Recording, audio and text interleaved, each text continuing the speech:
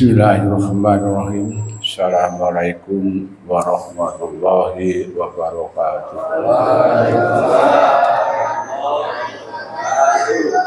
Alhamdulillahirabbil alamin wa bihi nasta'inu ala umuri dunya wa din. Wassalatu wassalamu ala asyrofil anbiya'i wal mursalin wa ala alihi wa sahbihi ajma'in, amma ba'du. Puji dan syukur mari kita sama-sama panjatkan kehadirat Allah Subhanahu wa taala yang senantiasa melimpahkan rahmat, taufik serta hidayah, juga nikmat karunia kepada kita semua, terutama nikmat sehat wal afiat, nikmat iman dan Islam, nikmat panjang umur, sehingga pada malam hari ini kita masih diberi kesempatan untuk melaksanakan salah satu dari kewajiban kita sebagai orang muslim, yaitu dalam bulan Ramadan adakan sholat Isya berjamaah dilanjutkan dengan sholat tarawih berjamaah. Insya Allah nanti kita tutup dengan sholat witir berjamaah pulang. Bapak Ibu jamaah Masjid Jami Asy-Syakirin yang berbahagia, wabil khusus Bapak Guru kita, Bapak Ustadz Haji Nurisin, juga Bapak Ketua DKM Masjid Jami Asy-Syakirin, Bapak Haji Smadi, mudah-mudahan beliau disehatan badannya, dipanjangkan umurnya sehingga bisa menuntun kita membangun masjid tempat ibadah kita ini akan datang. Bapak Ibu jamaah Masjid Jami Asy-Syakirin yang berbahagia, hari ini menurut perhitungan ilmu hisab itu adalah hari terakhir kita sholat tarawih. Untuk perhitungan memakai ilmu hisab, tapi kalau untuk ruqyah kita belum punya kepastian karena sampai hari ini pun pemerintah belum menentukan. Insya Allah mungkin besok pemerintah akan mengucap bulan dan akan menentukan tanggal 1 Syawal itu kapan. Itu bagi kita tidak bermasalah. Kita sebagai makmum, ya, sebagai makmum saja para pemerintah, kita ikutin apa yang menjadi keputusan pemerintah, semuanya mereka yang menanggung. Shalawat dan salam mudah-mudahan selalu tercurah kepada junjungan Nabi besar kita Muhammad SAW beserta keluarganya, sahabat, tabi'in, dan pada akhirnya kita semua yang selalu mengikuti dan istiqomah mendapatkan syafaat di hari akhir nanti. Bapak Ibu jamaah Masjid Jami Asy-Syakirin yang berbahagia, berdirinya saya di sini bukan untuk kultum, tapi sudah menurut jadwal bahwa saya harus membuka dan menutup. Insya Allah hari ini tarawih kita terakhir, besok dilanjutkan dengan takbir. Kalau memang pemerintah sudah menentukan untuk hari Rabu sebagai hari tanggal 1 Syawal. Tapi yang jelas kalau menurut ilmu hisab hari ini adalah tarawih kita yang terakhir.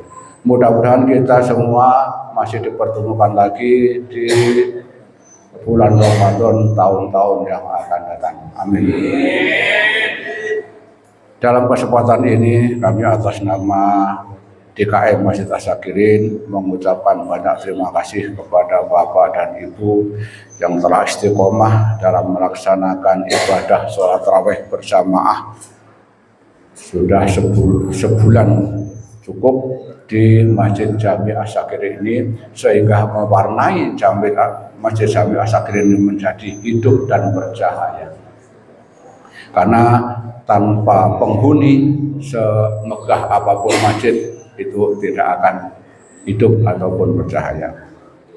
Ucapan terima kasih pula kami sampaikan kepada para imam dan para pengisi kultum yang selama ini dalam melanggar waktunya, dan beliau itu para imam mempunyai tanggung jawab yang berat karena dia harus menanggung para makmum. Itu bisa jadi nanti ada kesalahan, makmumnya tetap diterima, imamnya bisa tidak. Jadi terima kasih kepada para imam dan para pengisi khutbah sehingga menambah ilmu bagi jamaah Masjid Asy-Syakirin khususnya dan bagi masyarakat wilayah Masjid Asy-Syakirin umumnya.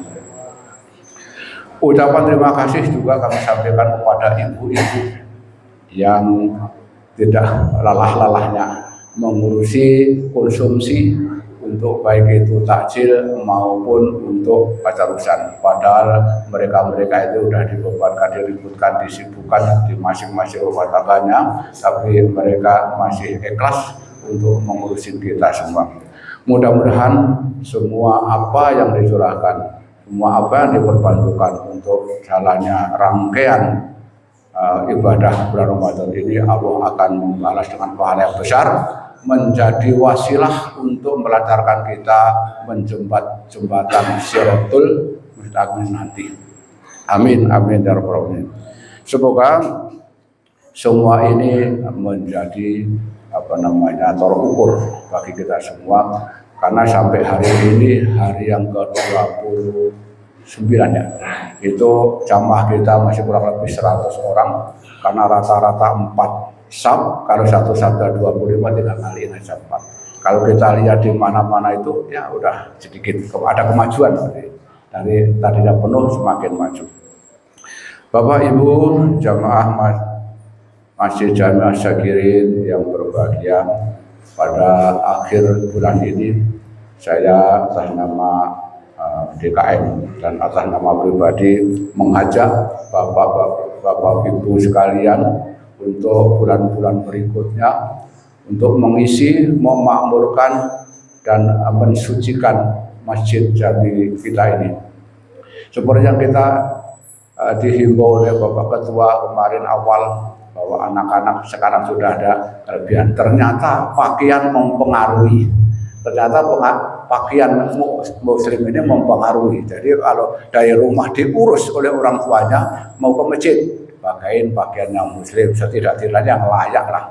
Jangan disamakan sama dengan mau main bola, mau main game, pakaiannya itu juga. Maka di masjid juga dia akan lari sono lari sini. Tapi alhamdulillah himbauan kemarin dari Bapak Ketua kita dilaksanakan oleh Bapak Ibu di rumah, ternyata semuanya jadi nurut dan teratur, walaupun ada pun sedikit gitu ya. Jadi nggak mengganggu para bapak-bapaknya untuk bersolat.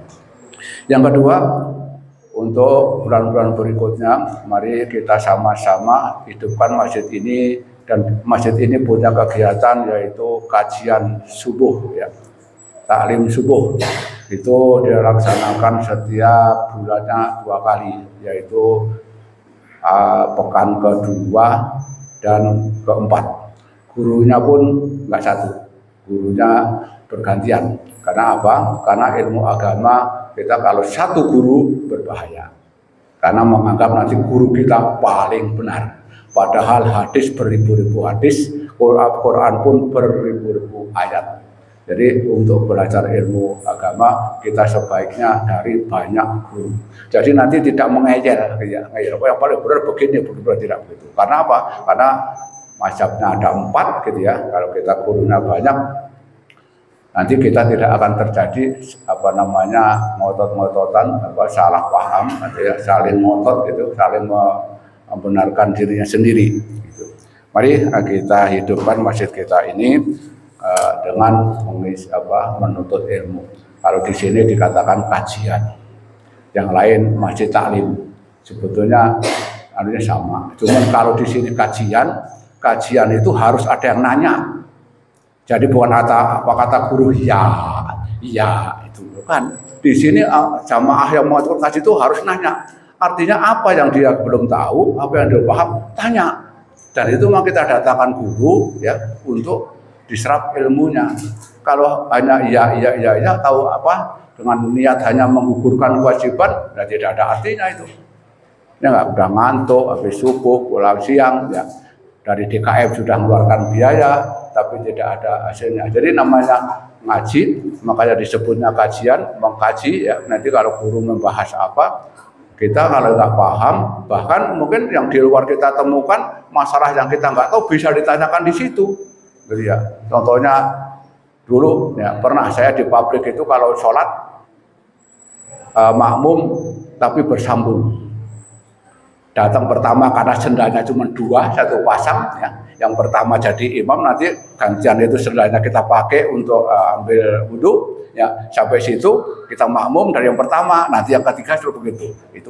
Itu satu contoh. Boleh nggak itu? Ternyata boleh seperti itu ya. Nah tapi kalau kita nggak belajar, nggak mau nanya, ada hal-hal yang kita nggak tahu di luar, nanti kita akan berdebat gitu ya. Padahal dari dulu namanya debat agama nggak pernah selesai sampai sekarang. Itu Bapak Ibu, mudah-mudahan apa yang saya harapkan ini juga kepada Bapak Ibu juga sekarang saya udah punya pandangannya, ada kader 2 ini, ada 2. Sebetulnya mereka itu ada ilmunya, saya yakin ada. Cuman karena belum biasa. Saya jadi dengkul saya ini gemeter kok ini berdiri di sini nih, gemeter nih. Gitu. Apalagi siapa dia? Jabar sama si Bintang itu. Ilmunya ada dia, makanya kemarin ngambil judulnya juga ringkas, padat, tapi berisi. Assalamualaikumnya cuma 1, bukan assalamualaikum 3 kali. Assalamualaikum, itu mereka itu padat, singkat dan berisi. Mengenai sholat ya, kemarin yang mengenai sholat siapa itu? Pak Dewa. Itu memang benar itu ya, sholat. Bapak Ibu membangun masjid sendiri, megah-megahnya, tapi tidak sholat, percuma itu, karena tidak diterima oleh Allah. Nah, diterima di dunia akan mendapatkan wah gitu dari masyarakat lain, tapi Allah tidak boleh karena tidak sholat. Karena kuncinya Islam itu adalah sholat. Kalau di ATM PIN, ya. Kita biar punya PIN duitnya banyak, tapi kalau nggak punya PIN-nya nggak tahu lah, nggak bisa keluar itu uang.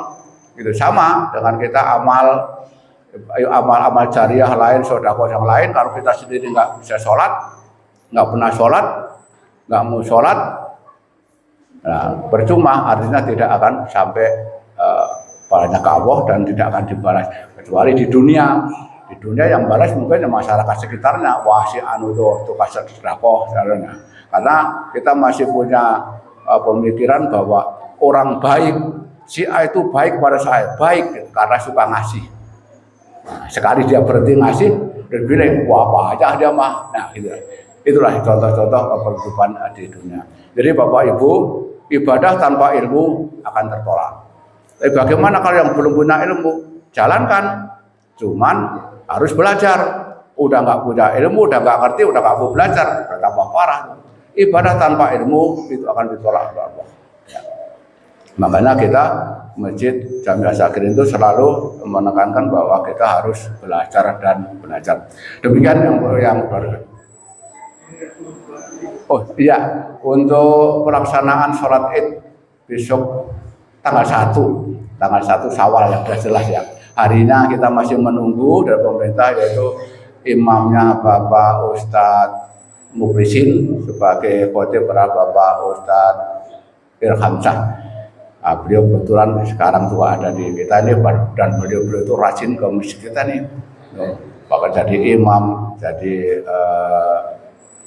ngisi kultum. Jadi itu aja yang bisa saya sampaikan, kurang lebihnya mohon maaf.